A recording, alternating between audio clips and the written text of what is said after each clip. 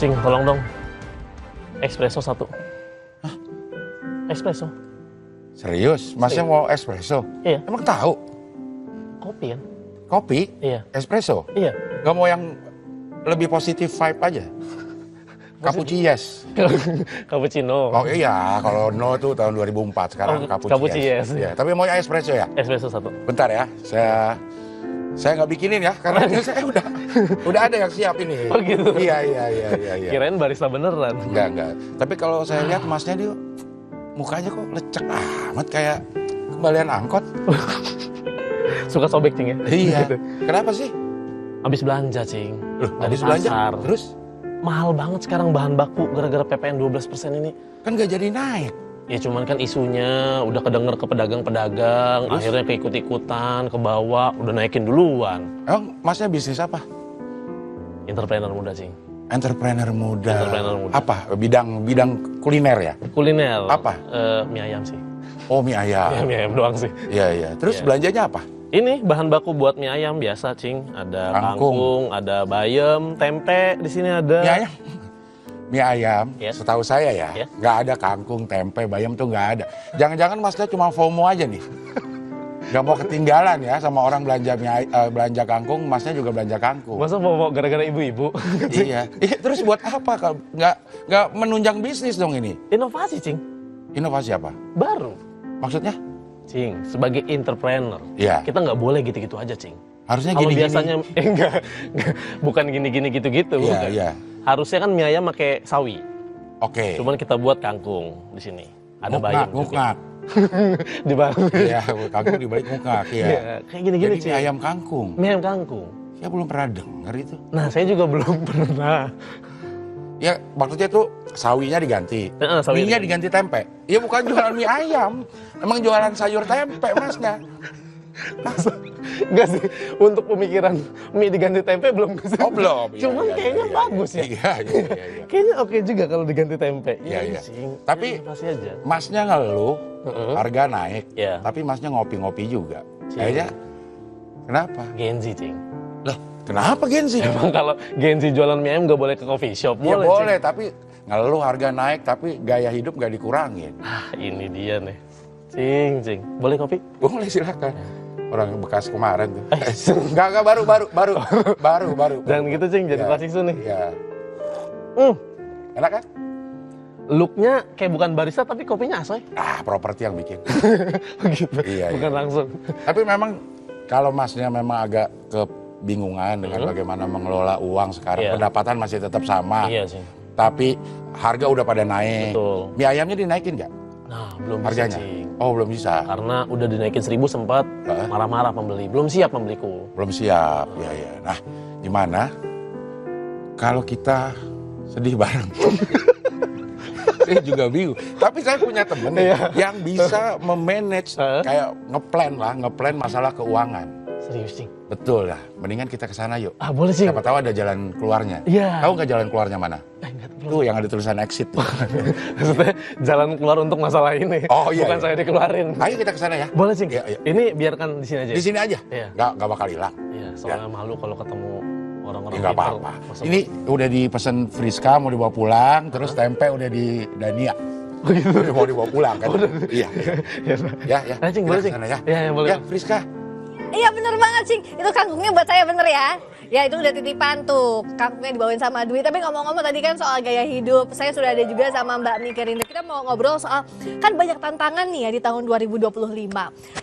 Siap menyambut, tapi beberapa di antaranya pungutan dari pemerintah yang mulai berjalan tahun ini. Meskipun ya tadi kan udah disampaikan juga sama Cing Abdel sama Dwi bahwa PPN 12%-nya nggak jadi berlaku untuk barang-barang selain barang mewah. Tapi kan banyak pungutan-pungutan lainnya yang harus kita hadapi. Nah, perubahan gaya hidup diperlukan untuk menyesuaikan dengan berbagai tantangan tadi. Ini dia. Daftar Warisan Budaya Tak Benda UNESCO pada sidang UNESCO Presiden di Prabowo Paraguay, berjanji 5 tak akan mempersulit hidup rakyat. 2024 Komitmen ini yang disebut lalu. Prabowo saat berpidato di peringatan Natal Nasional 20 Desember lalu. Saya bertekad untuk memimpin suatu pemerintah yang bersih, pemerintah yang akan menjaga kepentingan rakyat Indonesia. Tidak ada niat sedikit pun untuk kami mempersulit kehidupan rakyat Indonesia. Presiden Prabowo juga bertekad bisa membawa ekonomi Indonesia melesat, meski Prabowo menyebut banyak yang mencibirnya soal target ekonomi tumbuh 8%. Kita memang saya mencanangkan pertumbuhan 8%. Banyak yang tidak yakin dan tidak percaya. Ya kita buktikan. Belum tentu kita akan capai 8%. Tapi sekali lagi, ya, pemimpin-pemimpin yang berani, pemimpin-pemimpin yang besar dalam sejarah pengalaman saya sendiri, dalam karier saya sebagai prajurit, kalau saya hadapi musuh yang berat, saya harus yakin saya akan berhasil, saya akan menang. Kalau tidak, kita nggak berani berbuat. Tinggal hitungan jam tahun berganti, 2025 jadi tahun menantang saat masyarakat dihadapkan pada banyak pungutan baru maupun kenaikan iuran. Di antaranya adalah PPN 12%, iuran tapera, iuran dana pensiun, dan juga kenaikan BPJS. Di tengah beban pungutan, warga cemas, tak punya pilihan lain selain berhemat atau mencari penghasilan tambahan. Kan banyak barang-barang yang ikut naik, sedangkan kan gaji kita cuma segitu-gitunya. Kalau menurut saya paling saya cari tambahan lain. Pergi ke kafe jelas, yang kayak gitu udah ke coffee shop yang gitu-gitu enggak. Yang paling utama sih mungkin kalau secara ibu rumah tangga ya, ngelihat beras jadi mahal banget. Terus mencari-cari kayak buah-buahan, sayur-sayuran yang harus dibeli itu harus benar-benar strict banget gitu. Dipas-pasin dulu kan seharusnya. Akan mengurangi konsumsi atau seperti apa, Bre? Mengurangi konsumsi kepaksa ya. Pasti. Dana darurat itu pasti ada dan pasti sedikit banyaknya pasti terganggu, ya kan? Pasti terganggu. Cuman kan itu tadi kembali ke kitanya, ya sebesar apakah dana darurat ini ataupun tabungan ini akan terganggu. Itu kembali ke kita. Tahun 2025, masyarakat akan menghadapi hujan pungutan maupun kenaikan tarif. Di antaranya, wacana iuran tapera alias tabungan perumahan rakyat. Iuran ini wajib memungut 3% dari upah atau pendapatan pekerja. Di pertengahan tahun, juga bakal ada kenaikan iuran bagi peserta BPJS Kesehatan. Selain soal iuran baru, pemerintah juga bakal menyesuaikan bentuk kelas BPJS Kesehatan. Pemerintah juga sedang merancang peraturan baru terkait dana pensiun tambahan wajib yang akan memotong upah pekerja. Namun rencana ini menuai kritik dan penolakan dari para pekerja yang khawatir akan semakin terbebani secara ekonomi. Ekonom Selios Nailul Huda menilai, pemerintah saat ini lebih banyak menarik pungutan, pajak atau iuran dari masyarakat dibandingkan memberikan bantuan atau subsidi ke masyarakat. Kegambangan juga terjadi bahwa ini PPN untuk yang naik nanti 12%.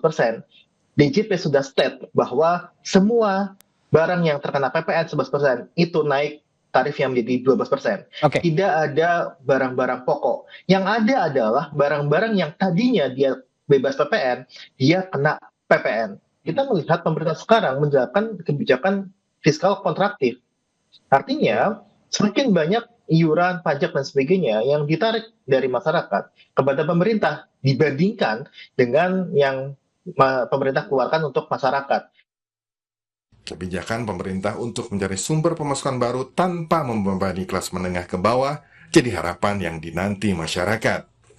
Di tengah tantangan ini, masyarakat juga mulai mensiasati kebutuhan hidup, terlebih jika penghasilan belum tentu bertambah. Tim Liputan, Kompas TV.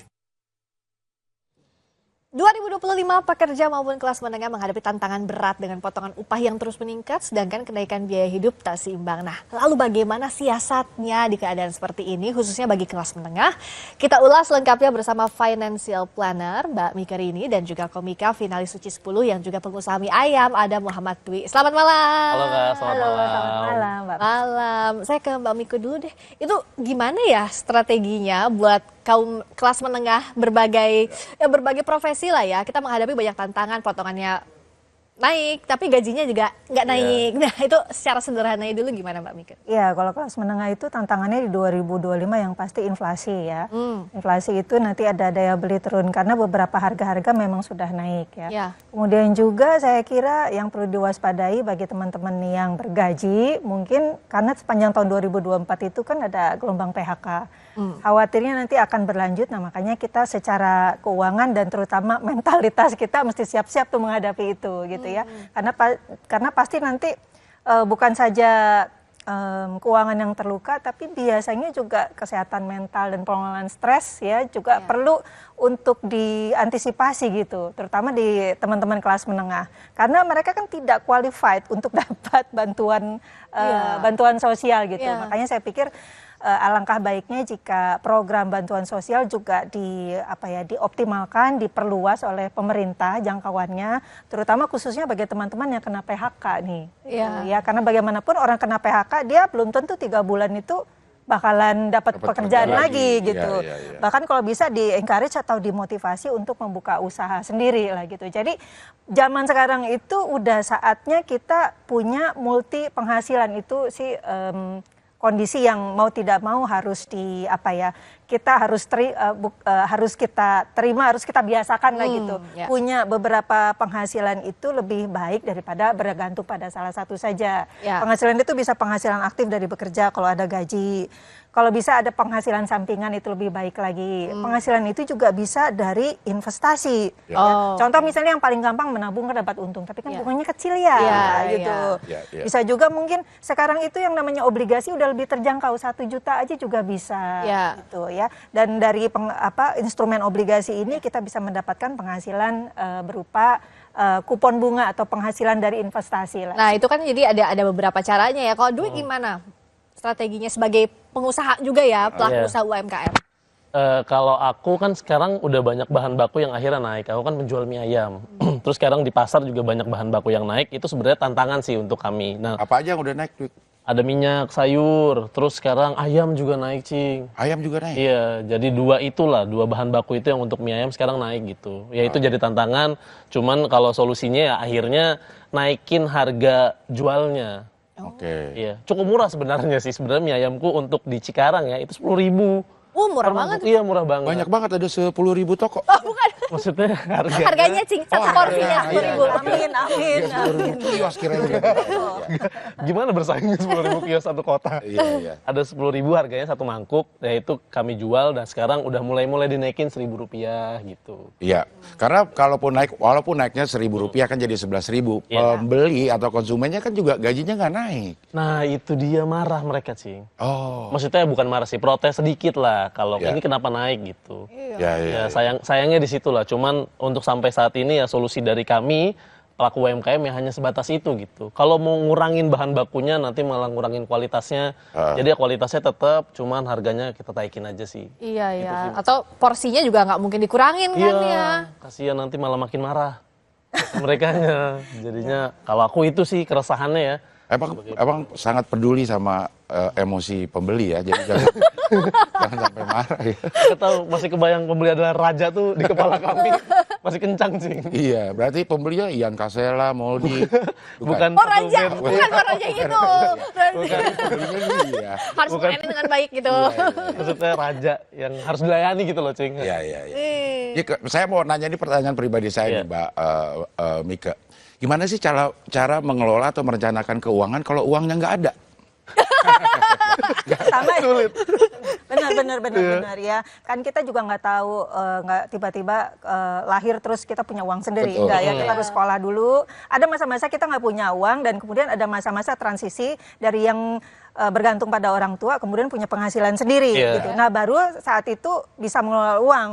Tapi sebenarnya itu pemikiran yang kurang tepat. Begitu ada uang baru mengelola uang, padahal belajar mengelola uang sebenarnya bisa sejak kecil sebelum kita punya pendapatan sendiri. Contoh misalnya waktu kecil kan kita dapat uang saku tuh dari orang tua, kita diajarin nabung, itu sebenarnya sudah belajar mengenai keuangan ya gitu. Oh, berarti bisa merencanakan keuangan walaupun uangnya belum ada. Pertama kita merencanakan dapat uang dulu, Cing Abdel. Makanya biar ada yang diaturnya ya. Kalau nggak ada uangnya apa yang mau diatur? Ya. Nah, modal itu juga misalnya kayak buka usaha, apakah satu-satunya modal itu hanya uang? Kan harus ada modal keterampilan, harus ada modal kenalan, modal tempat. Nah, tidak semua modal itu juga membutuhkan uang. Contoh misalnya buka usaha di rumah sendiri, pakai peralatan yang ada. Jadi besar kecilnya modal, artinya kalau kita mau dapat uang, belum tentu itu modal awalnya itu berupa uang dulu. Kita bisa menggunakan modal yang lain seperti keterampilan kita. Nah, tapi kalau udah mulai usahanya sudah berjalan kayak Dwi itu kan, harga-harganya naik. Tapi kalau kita naikin harganya, pedagang juga nggak dapat pembeli yang banyak. Karena kan pembeli juga pengennya harga yang murah. Nah, itu gimana ya untuk menyiasatinya, Mbak Mi? Sebagai entrepreneur tuh mesti paham bener tadi emosinya customer gitu ya. Kalau yang saya amati ya, krisis ekonomi itu tidak membuat orang berhenti jajan. Gitu. Contohnya orang nggak berhenti ngerokok kan gitu. Ini bukan contoh yang baik gitu, tapi intinya orang itu tetap butuh gaya hidup itu healing, iya nggak sih? Butuh healing, butuh healing, butuh menikmati hidup gitu. Hanya tinggal frekuensinya saja. Yang tadinya mungkin beli mie ayam barangkali seminggu 3 kali, mereka kan jadi lebih mengevaluasi ya, mungkin jadinya seminggu 2 kali gitu ya. Frekuensinya juga kalau begitu berarti betul, saya setuju, kualitas ya jangan dikurangin. Tapi harga ya memang perlu dinaikin. Kalau enggak untung. Mana ada bisnis mau rugi kan begitu ya. Tinggal kita bagaimana membuat misalnya pelayanannya yang ditambah. Contoh barangkali yang tadinya mungkin air tehnya mungkin cuma yang tawar aja, mungkin ada yang dinginnya barangkali dan itu gratis gitu. Mungkin juga bukan hanya dari pelayanan, mungkin juga variasi produk. Barangkali yang tadinya mungkin menyajikan fresh, mungkin bisa ada variasi produk, bisa frozennya barangkali. Jadi harus dicari celah pasar yang mana di level pendapatan tersebut yang belum terlayani. Itu kalau yang tadinya fresh, kita mungkin frozen ini mungkin bukan ibu rumah tangga yang beli, mungkin malah anak kecil itu biasanya Elsa, anak. Beda lagi, itu let it go itu beda lagi, itu kartun. Maaf ya Mbak Mika, saya suka angkat tangan kalau ada celah. Ya silakan. Ya, jadi memang harus diperhatikan lagi ya. Adakah di level pendapatan dari konsumen kita di level pendapatan tersebut yang belum kita penuhi kebutuhannya ya. Jadi bisa dari variasi produk, bisa dari peningkatan layanan ya, bisa juga dari channel distribusinya. Kalau biasanya datang ke toko, mungkin kita bisa jual barangkali bisa diperluas dengan online barangkali. Nah, tinggal bagaimana kita channel distribusinya itu perlu kita maintain begitu. Ya. Kalau Dwik udah melakukan apa aja untuk mengantisipasi ini? Harga naik, terus apa yang bisa didapat sama konsumen? Variasi produk tadi. Udah ada? Setuju kan? Berarti kalau saya pakai mie ayam, pakai kangkung nggak masalah kan? Nggak masalah. Tapi nggak pakai ayam, mie kangkung. Maksudnya mie ayam kangkungnya diapain, Dwik? Jadi sawi pengganti. Bener, variasi produk. Bener, ada sebenarnya ada mie kangkung ya, ada. Itu favoritnya kita. Ada mie kangkung. Ada mie kangkung. Jadi ngomongin mie kangkung gitu. Strategi jadi lapar ya. Ya, strateginya mungkin ini jadi banyak belajar lah. Yang aku lakuin kan tadi baru cuma naikin harganya. Harga jualnya gitu. Tapi ada variasi produk, masukin ini ke online. Aku belum lakuin itu, soalnya masih tradisional banget. Jadi harus datang ke tokoku, terus dine in gitu-gitu. Atau kan karena Mas Duk ini kan komika kan. Jadi setiap beli 3 mangkok kasih 1 bit. Jokes gitu. Berarti sekarang posisi saya berdiri megang mic. Iya. Setiap pembeli datang saya hibur. Kali 100 customer ya sehari. Iya, langsung bisa Pusing bikin juga. show. Iya. Bu Mika tadi kan ada di tayangan tuh satpam namanya Pendi, saya tahu banget ya. Kenal. Ada tulisannya. Oh, dikirain kenal. Artinya pensiun dini. Oke. Dia bilang harga naik tapi gaji tetap. Sebenarnya nih mengelola keuangan tuh bukan hanya sekedar mengelola uangnya tapi mengelola mental juga ya Bu ya, mengelola keinginan, mengelola memilah-milah mana kebutuhan, mana keinginan gitu Bu. Ya, jadi katakan ada kalangan golongan pendapatan bawah, ada juga yang menengah. Kalau hari ini topiknya kan yang menengah. Yang memang dikhawatirkan adalah golongan yang pendapatannya itu di bawah ya. Karena artinya kalau dia penghasilan tidak naik sementara harga-harga naik, berarti kan dia punya daya beli semakin terdesak ya. Dan itu akan juga berpengaruh, berdampak pada kualitas hidupnya dia. Dia jadi nggak bisa, makin sulit dia buat nabung, buat investasi. Padahal kan nabung tuh penting banget buat, contohnya ya buat kalau nanti ada apa-apa emergency fund, emergency lah, darurat gitu. Dia harus tetap punya tabungan. Nah, caranya ini memang kita perlu evaluasi lagi dari kita. Pembelanjaan kita memang sudah tertekan, tapi pada dasarnya kalau kita bisa melihat kita ini belanja itu yang terbesar pada apa sih? Apakah itu sudah sesuai dengan prioritas kita? Jangan-jangan pembeliannya lebih banyak beli barangkali ya jajan seblak barangkali gitu ya. Saya sih banyak seblak. Beli kopi barangkali padahal bisa bikin sendiri. Teh manis deh. Orang itu seneng banget beli yang di tenda-tenda di kaki lima gitu. Karena memang sensasi beli itu kan kayak dilayanin ya. Sementara kalau di rumah kan nggak ada rasa Cuci dilayanin. sendiri kan. Iya, kapan lagi kan gitu ya berasa dilayanin gitu. Jadi itu yang perlu dievaluasi. Nah, tapi kan ini yang kita harus juga pikirkan, banyak fenomena sekarang makan tabungan tadi seperti yang disampaikan Mbak Mike untuk kelas menengah. Jadi gimana mau nabung, orang hidupnya aja dari tabungan karena daya beli berkurang. Nah, masih bisa nggak sih investasi dalam kondisi kayak gini dan bagaimana strateginya? Tapi nanti usai jeda di Sapa Indonesia Malam Akhir Pekan kami kembali.